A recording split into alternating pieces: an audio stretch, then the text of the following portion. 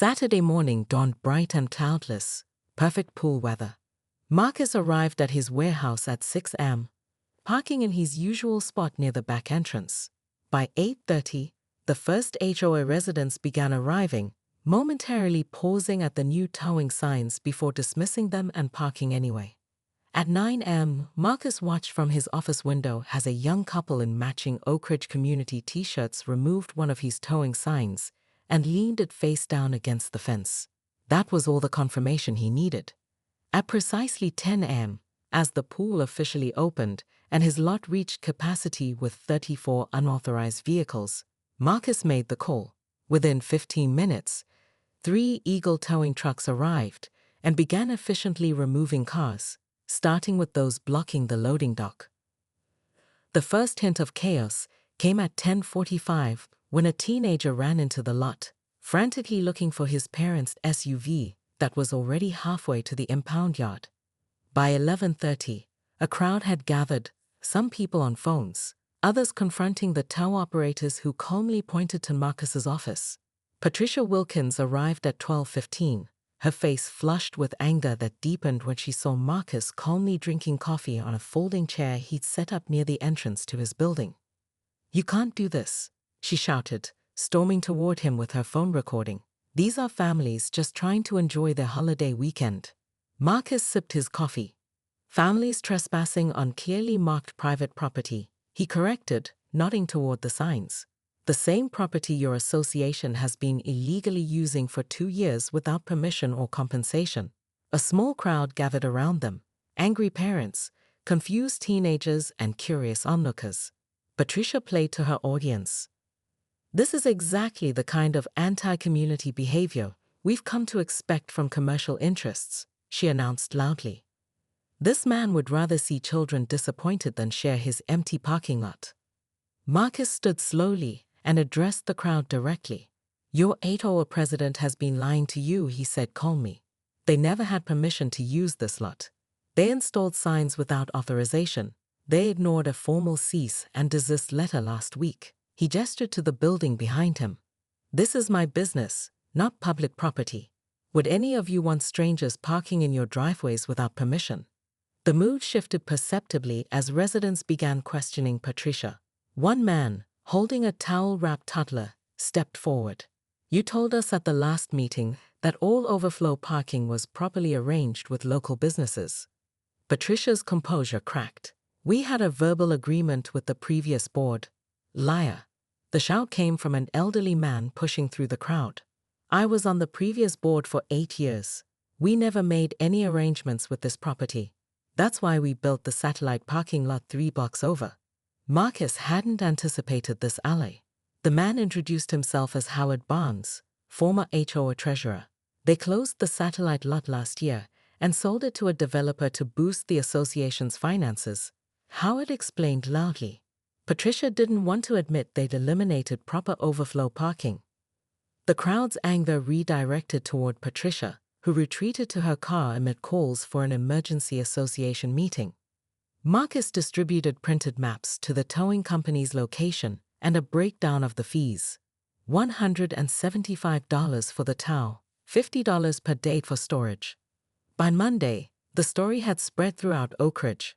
The emergency HOA meeting that evening was standing room only, with residents demanding explanations. Patricia was voted out as president, and the association agreed to cover all towing fees for affected members, a total that exceeded $7,000. The new interim president, Howard Barnes, approached Marcus with a proper business proposal, a formal weekend parking arrangement at market rate, $600 monthly, with appropriate insurance coverage, maintenance fees, and clearly defined hours. "You know," Howard said as they finalized the agreement, "Patricia's been running this place like her personal fiefdom for years. Sometimes it takes someone willing to stand their ground to remind people about boundaries." Marcus smiled, thinking of the chaos of that Saturday. "I just wanted to run my business without interference. But I admit, watching all those cars get towed was surprisingly satisfying." The following weekend, Marcus noticed something unexpected. A group of residents had organized a carpool system to the pool, significantly reducing their parking needs.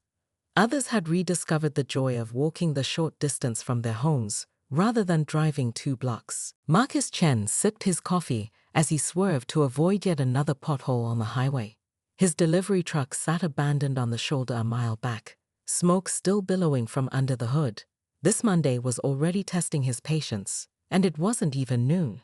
As he finally turned into the parking lot of his warehouse, a converted textile factory he painstakingly renovated over the past decade, Marcus slammed on his brakes. 23 vehicles, by his quick count, filled every available space.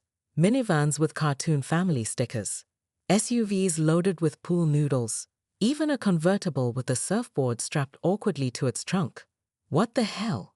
he muttered, circling the perimeter like a shark. His delivery zone, clearly marked with fresh yellow paint just last month, was completely blocked by a line of cars. The loading dock where his afternoon shipment would arrive in 2 hours was inaccessible. Marcus parked illegally on the street and approached his building on foot, blood pressure rising with each step. That's when he spotted it, a professional-looking sign he definitely hadn't authorized, mounted to his fence with heavy-duty hardware that had actually punctured the metal. Overflow parking for Oak Ridge Community Pool, weekends and holidays only. Marcus pulled out his phone and took photos, noticing a smaller sign beneath with an official-looking Oak Ridge HOA logo. He'd had run-ins with homeowners associations before, but this was bold even by their standards. His warehouse wasn't even part of their subdivision. He'd specifically bought commercial property to avoid HOA drama. As if on cue, a family of 5 strolled past him, beach bags in hand, the father clicking his car locked without so much as a glance in Marcus's direction. "Excuse me," Marcus called out. "This is private property." The man turned, confusion evident. "No, this is the pool overflow lot. The HOA sent an email last week." "I'm the owner of this property," Marcus said, gesturing to his name on the building, "and I never authorized any overflow parking." The family exchanged uncomfortable glances before hurrying away, leaving Marcus standing alone in a parking lot full of strangers' vehicles, with a delivery truck coming and nowhere to unload $50,000 worth of inventory. Marcus tried his key in the warehouse door, half expecting it wouldn't work, as if the HOA had somehow taken over his entire property. The familiar click was small comfort as he stepped inside, the cavernous space eerily quiet compared to the chaos outside.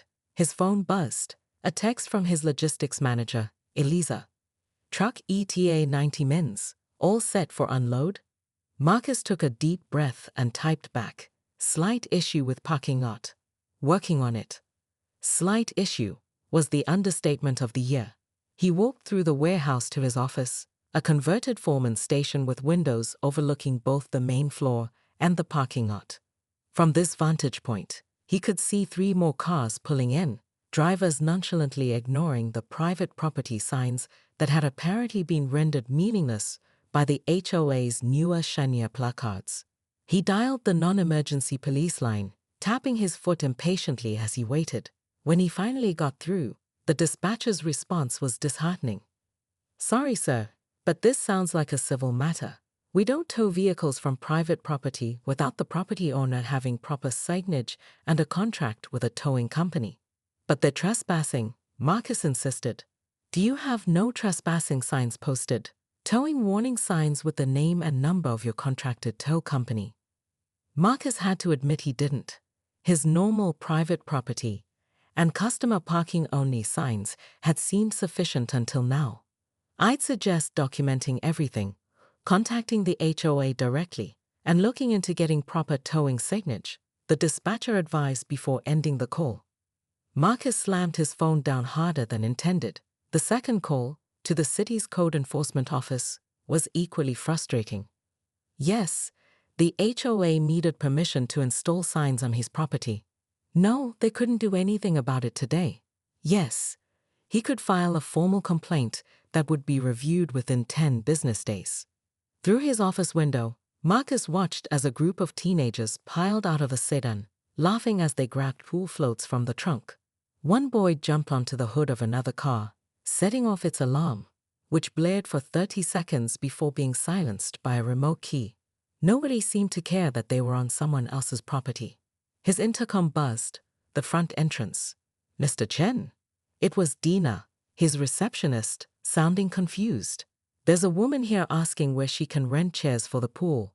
I told her this is a shipping supply warehouse, but she insists the HOA told her we have rental equipment." The Oak Ridge HOA office occupied the first floor of a quaint Victorian house that had been converted into their headquarters. The exterior, with its manicured hedges and seasonal wreath, projected welcoming community spirit. The interior told a different story. Marcus paced the waiting area for 23 minutes. He counted each one before Patricia Wilkins finally emerged from her office. Everything about her screamed authority.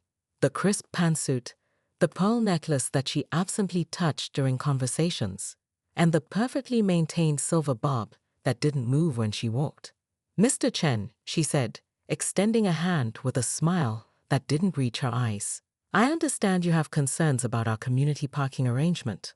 Marcus didn't shake her hand. Instead, he showed her the photos on his phone. "This isn't an arrangement. This is trespassing." Patricia's smile tightened as she ushered him into her office, past a receptionist who avoided eye contact. The walls were covered with community awards and framed newspaper articles highlighting Oak Ridge's rising property values. "Let me be frank," Patricia said once they were seated, her tone shifting from welcoming to condescending. "The previous board documented this verbal agreement 2 years ago. Your lot sits empty most weekends while our community pool, which serves 300 families, struggles with limited parking." Marcus leaned forward. "Show me this documentation. Show me one email, one letter, one piece of evidence that I or the previous owner ever agreed to this." Patricia shuffled papers on her desk. "These arrangements aren't always formally documented. The community has certain expectations." "The community has been misled," Marcus interrupted. "You put up signs on private property without permission and directed residents to trespass. That's illegal." The conversation deteriorated from there. Patricia alternated between bureaucratic doublespeak about community standards and thinly veiled threats about how businesses that weren't team players often faced zoning challenges. As Marcus stood to leave, Patricia's assistant slipped him a business card for a local realtor. "Patricia asked me to give you this," she whispered, "in case you decide selling is easier than fighting the association." That evening, Marcus received an email from Patricia with a temporary parking agreement attached. The terms were insulting. $100 annual compensation for unlimited weekend use of his commercial lot, with Marcus assuming all liability. The email ended with what could only be described as a threat. "Businesses that support our community tend to thrive. Those that don't often find Oak Ridge residents take their business elsewhere." Marcus printed the email and added it to his growing file labeled HOA Overreach. "They've got some nerve," Felix Dominguez said, adjusting his glasses as he reviewed Marcus's documentation. Unlike the stereotypical lawyer, Felix operated from a converted garage office, charged reasonable rates, and genuinely seemed to enjoy taking on entitled institutions. "What are my options?" Marcus asked, watching as Felix took notes on a yellow legal pad. "Old school, but effective. Legally, you're on solid ground. The trespassing, plain and simple." Felix tapped his pen against the pad. "But HOAs are notorious for making life difficult through other means. They have time and resources for petty vendettas." Marcus described how the unauthorized parking had forced him to reschedule deliveries and pay overtime to staff who couldn't access the building for their shifts.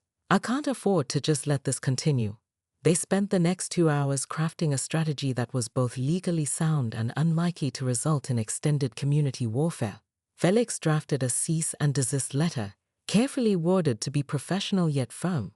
"Send this by certified mail," Felix advised. "When they ignore it, and they will, we'll have documentation that they were formally notified." Sure enough, the following weekend brought even more cars. Marcus drove by at noon to find his lot overflowing, with vehicles now parked on the grass beside his building. A temporary sandwich board had been added, additional overflow parking, with an arrow pointing to the side of his warehouse. That evening, Marcus called Eagle Towing, a company known for their rapid response and no-nonsense approach to removing unauthorized vehicles. The owner, Raj Patel, inspected the property personally. Standard rate is $175 per vehicle plus storage fees, Raj explained. We'll need proper signage, minimum of 4 signs visible from all entrance points, with specific language about towing.